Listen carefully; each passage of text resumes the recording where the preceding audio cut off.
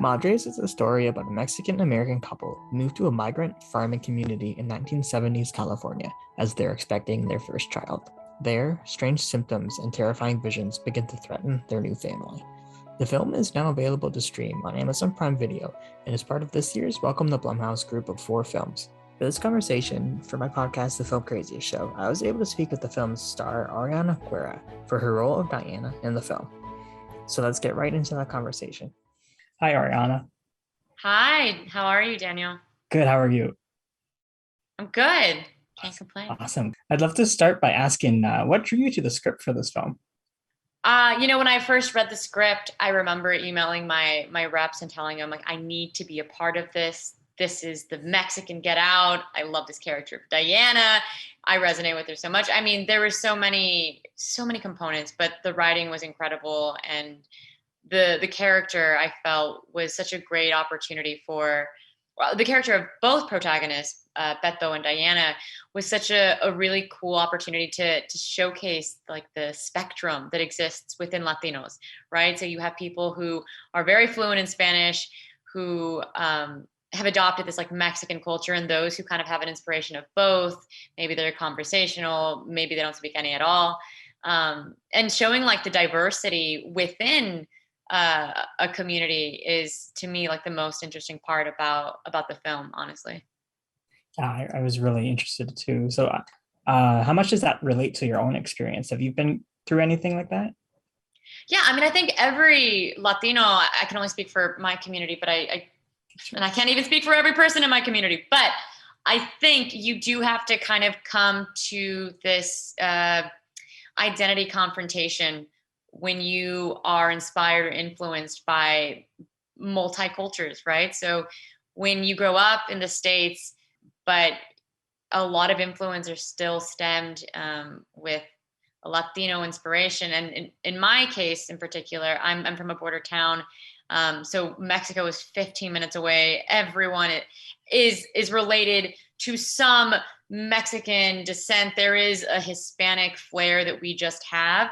So, you do kind of have to come to terms with like where you feel you fall in this spectrum, and then just recognizing, like it's the term Latino is so inclusive, like to the point that I think we sometimes forget that includes 20 different countries and territories and second, third, nth generation Latinos. So having the opportunity to find a character that I actually did resonate with because she is Chicana, because she's not fluent in Spanish, and she has to come to terms with what she wants to assimilate and what she wants to preserve within her cultures, is definitely something that I can like identify with. Okay, that's great. Thank you. So I don't think we need to get into too many spoilers. I think we could talk about it without spoilers, but like this Okay. is inspired by true events. So I'd love to ask, like, is that creepier being on a horror film inspired by true events? I mean, on set, I don't think I considered it as much, just because I wanted to focus more so on Diana and like being present and like just physically being in the moment. So that concept didn't really come to mind while we were shooting, but was absolutely prevalent like before, in pre-production, when I was doing research. That was something that I couldn't get off my head. And you can go down like a rabbit hole whenever something's based off of true events, and that leads you to something else, and then you find out this other case. And then like post shooting, we, at least for myself, I definitely think that I feel like it's so great to be able to be part of projects that shed light on stories like this, and they get the conversation going, but it shouldn't just stop there. I think there is like a social responsibility, at least for myself, to ensure that we like protect disenfranchised communities, people who for whatever reason don't have the protections and like the privileges that some others that we do. So yeah, I mean, I think about it, yeah, all the time. I'd also love to ask, just, is it scarier being in the film or is it scarier watching it?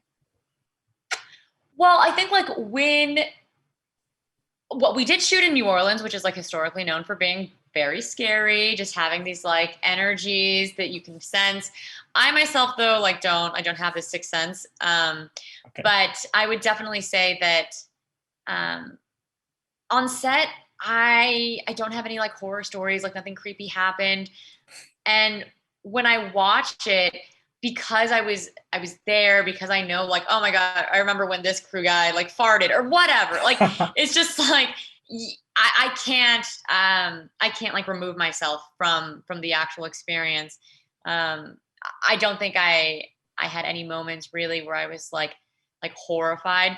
But the music, I know when I was watching it both times, just like it's so creepy, it's so good. Like the composers are amazing, they're so talented, and that to me is like some of the scariest parts of a horror film is the music and like the slow suspense to whatever's supposed to come out.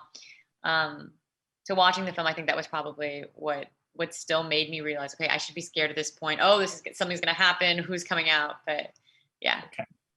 For me, it was like the sound. Like I watched it Home Alone, and like there was a creak in the, and I'm a headphones user, so there was a creak, and I was like, oh my God, someone's in my house. And I have to rewind it just to make So sure. Okay, funny. that's in the movie. It freaked me out. I know. It's the little sounds, like the music. It's crazy when you like watch something without any noise. You're just like, okay, it's not that bad. And then you start adding like the soundtrack. You start adding like the little noises that they've enhanced, and I mean, it really elevates like the scariness of any show or film. I agree. I agree. Now, for on set, were you more creeped out by the music box or by the eyeballs?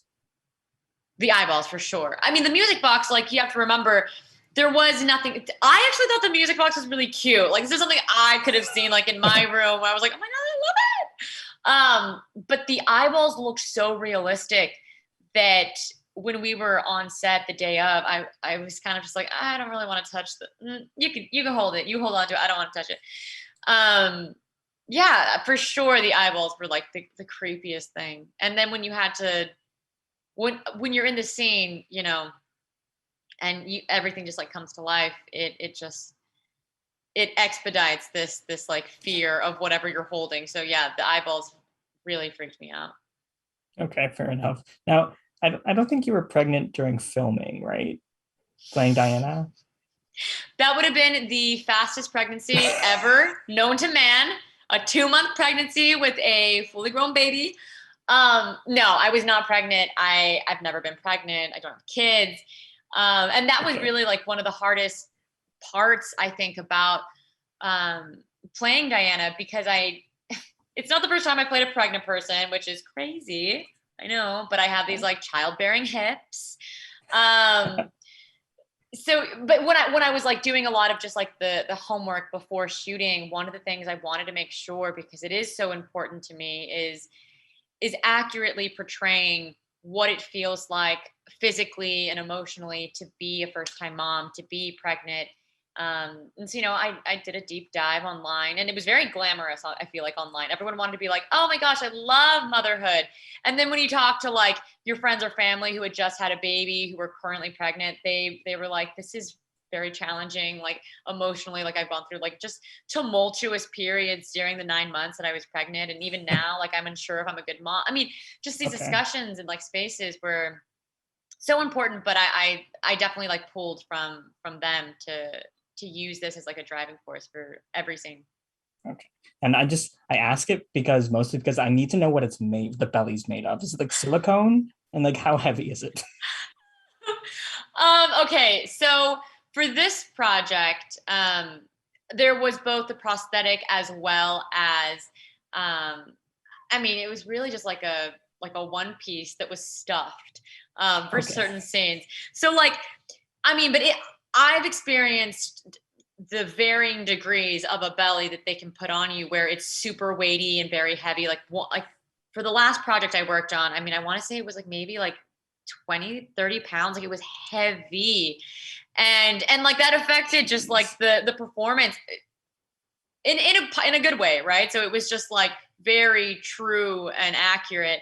And in this case, like thankfully for me, because you're on like a 12-hour set, the belly, the prosthetic was a little bit lighter. It wasn't as heavy. So I had to kind of like remember this like groundedness, this like weight that a mom carries. And then there were just scenes where it was like stuffed, and they would just like add a little more cotton, take a little more out.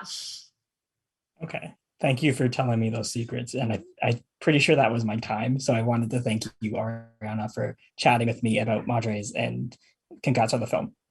Thank you so much.